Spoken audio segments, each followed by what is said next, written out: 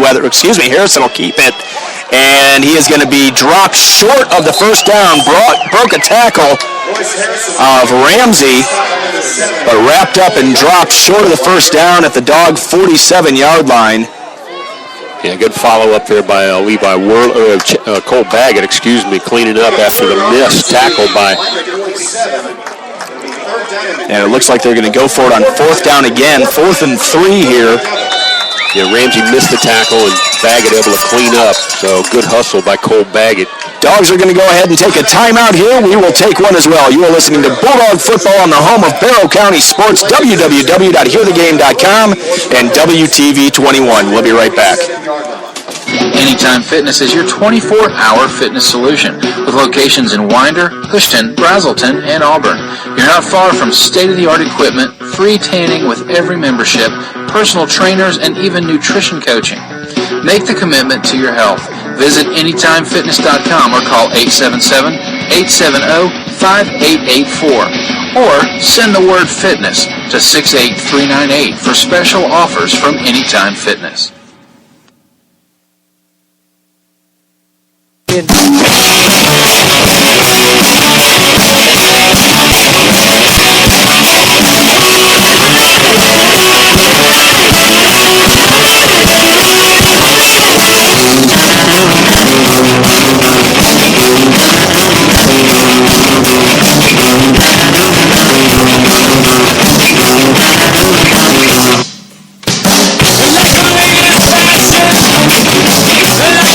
5:10 left here in the first quarter. No score as Loganville faces a 4th and 3.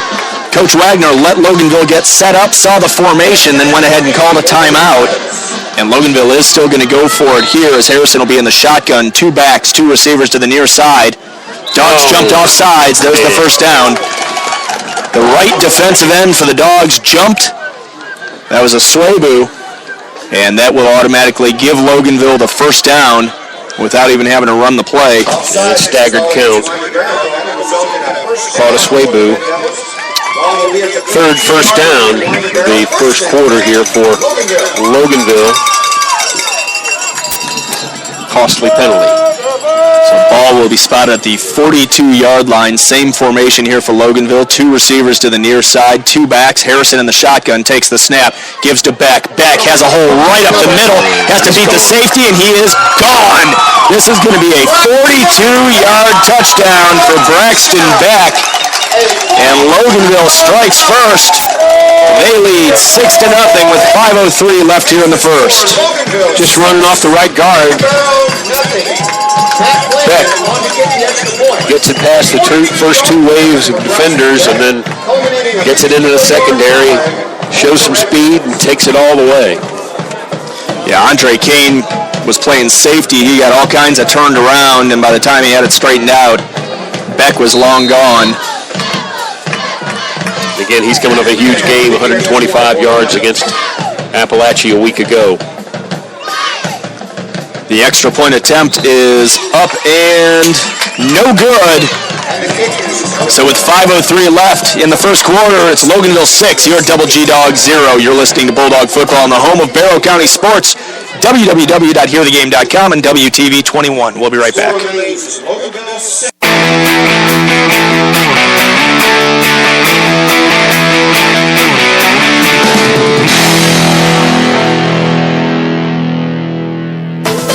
Don't miss a single issue of the Barrow Journal. For the unbelievable low price of $15.50 a year, you'll get unparalleled sports coverage and regional sports coverage at MainStreetNewsSports.com. Winner of 8 awards from the Georgia Sports Writers Association, look no further than the Barrow Journal. Call 770-867-NEWS. That's 770-867-6397 or online at barrowjournal.com. You can also send the keyword journal to 68398.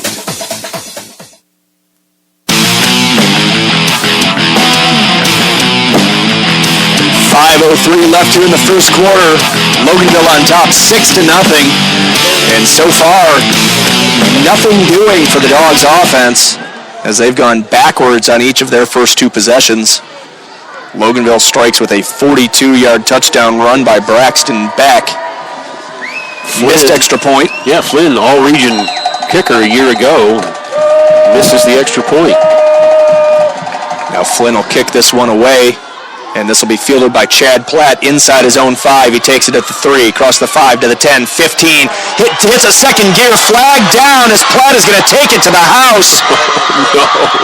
But this one's going to come back. Oh, my goodness gracious. The guy is unbelievable. That's going to be the third one, I believe, that's been called back this year. 97-yard touchdown run, but coming all the way back. Oh, man. Boy, is he exciting. He had just an extra gear, and it was palpable. You could see it when he hit that hole, and he just took off. And it is going to be an illegal block in the back against the Dogs. So another heartbreaker on a kick return. At least this one was a legitimate penalty and not just a, oops, I blew my whistle like last week. Talked with Coach Wagner about that before the ball game. The inadvertent whistle call last week that nullified a touchdown run on a kickoff return by Platt. I said, Coach, all I could think about after that was an old blues song, Born Under a Bad Sign. The main line is that, if it wasn't for bad luck, wouldn't have any luck at all. Coach said he had not seen that call maybe once in 15 years. So rather than a tie game, the ball will be spotted all the way back at the Dog 18-yard line. And that's where the Dogs will start their third possession. 1st and 10 at the 18. Double wing set, single back, single receiver. Platt in motion. The give will be to Sullivan on the reverse, and he's going to get out to about the 22. Gain of 4. It'll bring up a 2nd and 6. It was a counter. They faked it to Platt, who was in motion, and then gave it to Sullivan on the counter, and Shannon able to pick up about 4. And that's actually their best gain of the night so far. Bring up 2nd and 6.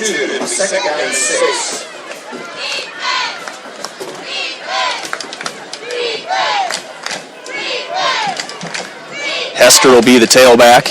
Platt the near wing. Sullivan the far wing. They give to Hester. Hester trying to get the edge, and he's going to be dropped in the backfield. Getting great penetration was number 10, Ben Smith. And he's hit back at the 20-yard line. It'll be a loss of 2 on the play, bring up a 3rd and 8. Yeah, great support there from Ben Smith, getting penetration into the Winder Barrel line. And another flag against the Dogs will be a hold. There is a flag on the play. The preliminary signal is holding. So that'll back the Dogs up even more. They'll replay 2nd down. Well, these drives are just going backwards. Well, penalties hurting the Dogs tonight, and we saw in the chop block against Loganville that took them out of field goal range, so it's not like it's unfair by any means. Just sloppy play so far to start the evening. Penalty's actually going to be declined, so it'll remain 3rd and 8, ball spotted at the 20. Loganville showing some faith in their defense here to be able to stop the Dogs on a 3rd and 8. Braden Randall and Shannon Sullivan will be split out to the near side. Hester to the far side. Hodge will be in the shotgun with Platt behind him. Hodge, high snap over his head, and Platt has to pick it up, trying to escape all the way back at his 4. Now he's got the corner. He's out across the 20, and actually it's going to be a net gain of about a yard. Platt picked up 18 yards from where he recovered the ball and just miraculously got back to the line of scrimmage. So that'll bring up a 4th and 8, and the Dogs will punt this one away, and they've averted disaster now a couple of times tonight. Had a high snap, I believe, last week, too, and, that was something that bothered we had problems with the exchange earlier in the season, and now we've had a couple of high snaps. Just silly mistakes, really. Colin Shannon on for his 3rd punt of the night. Takes the snap. No pressure, and this one's going to be a very, very short punt. He was trying to directionally kick it again and just shanked it. Yeah. It's going to go out of bounds at the Dog 34-yard line, so only a 14-yard net punt. And Loganville is set up with fantastic field position to start this drive. 2 minutes left here in the first quarter, already leading 6-0.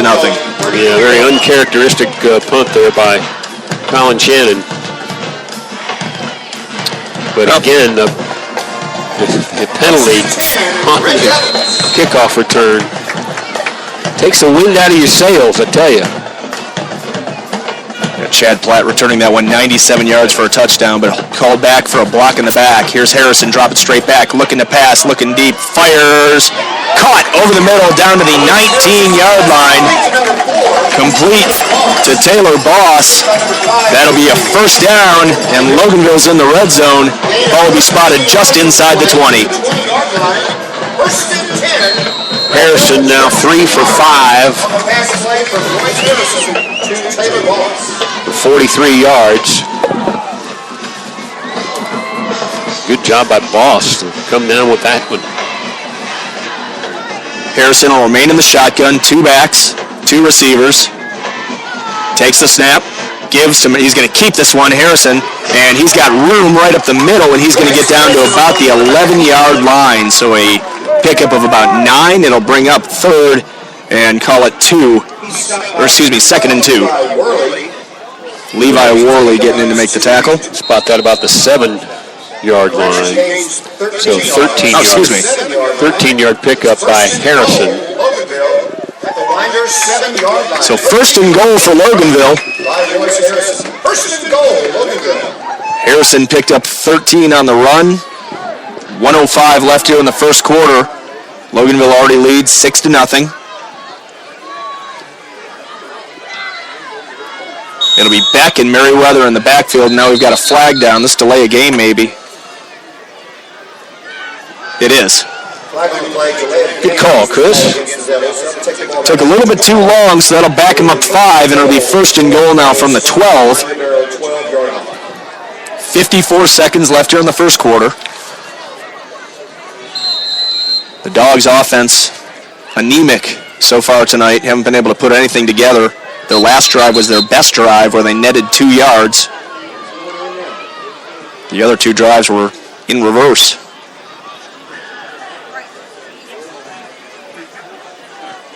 And the officials giving Loganville a sideline warning. So the coach has waved the players off the sideline. Now it'll be Harrison under center, Merriweather and Beck behind him. Merriweather will get the carry. He's got all kinds of room and waltzes into the end zone. Touchdown, Red Devils. Bernard Merriweather in for the score from 12 yards out. He could have baked a cake on his way in. There was nobody near him. 12 yards on that run by Bernard Merriweather, capping a 33-yard drive. See if Loganville elects to go for 2 here after missing the extra point the first time around. I think they are.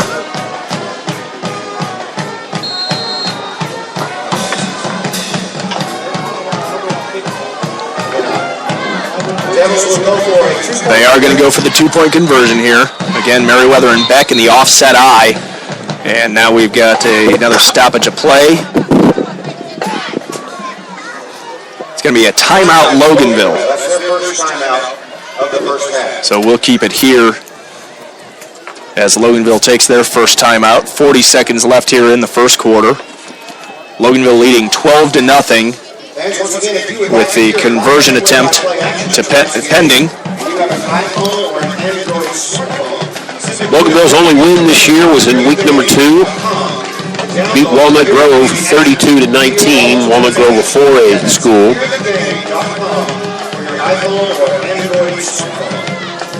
Opened up against Monroe and got pounded by the Purple Hurricane, as did the Dogs. That is the fate of a lot of teams that run up against Monroe area this year. That team was just phenomenal. One of the fastest teams I've ever seen on the high school level. So Loganville's got it sorted out now. They are still going to attempt the 2-point conversion. Harrison will be under center. Merriweather the up back. Beck the tailback. Offset eye. 1 receiver to the near sideline. Harrison rolls right, fires, complete to Bernard Merriweather for the 2-point conversion. So with 40 seconds left here in the first quarter, it's Loganville 14, your Double G Dogs 0. You're listening to Bulldog Football on the home of Barrow County Sports, www.hearthegame.com and WTV 21. We'll be right back. Paul and